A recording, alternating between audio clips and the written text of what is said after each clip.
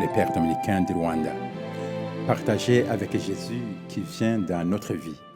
La clé de l'évangile de ce jeudi, de la deuxième semaine du temps ordinaire, est le partage. Jésus partage avec nous et il veut que nous partagions avec lui. Il partage avec nous ce que nous avons. Dans l'évangile, nous voyons Jésus monter et s'asseoir dans la barque de Simon, d'où il enseigne la foule. Dit autrement, Jésus emprunte nos moyens pour nous servir la parole de Dieu. Il emprunte ce que nous avons pour servir le peuple de Dieu. Notre bouche pour parler à ceux qui ont besoin de sa parole qui console et édifie. La parole de vérité.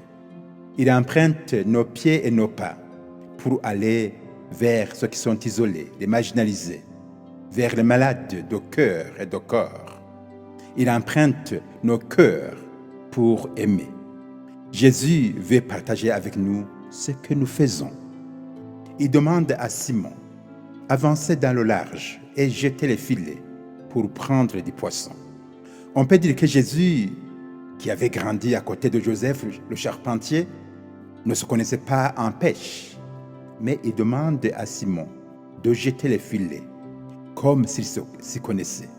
Ce qui est important, ce n'est pas qu'il se connaisse en pêche, mais plutôt le fait qu'il veut partager avec Simon et ses compagnons leur vie de pêcheurs, avec ce que ce métier implique de frustration, de peine, de déception et d'efforts stériles. Simon et ses collègues ne tardent pas à le lui signifier. Maître, nous avons peiné toute la nuit, sans rien prendre. Il est possible que Simon a jeté le filet pour montrer à Jésus que c'était peine perdue, pour le contenter.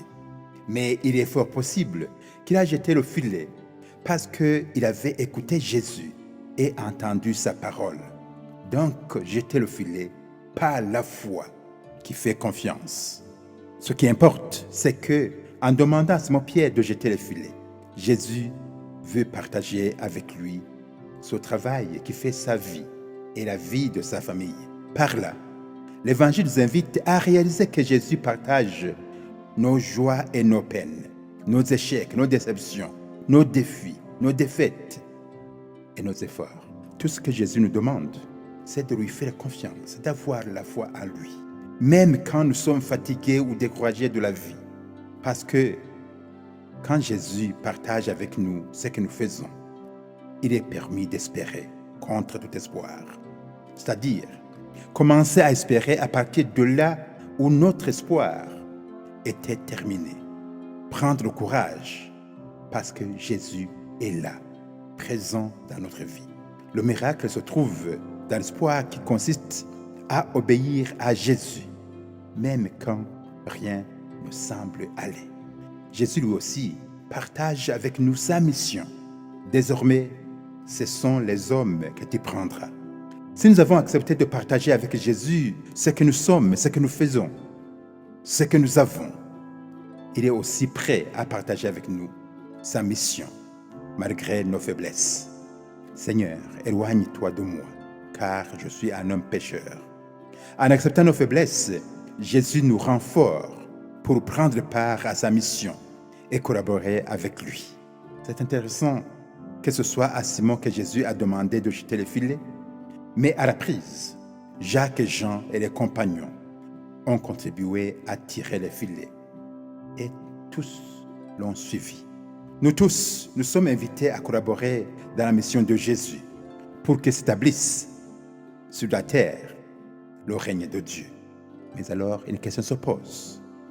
Peut-on partager avec Jésus sans partager entre nous en premier lieu? Bonne journée.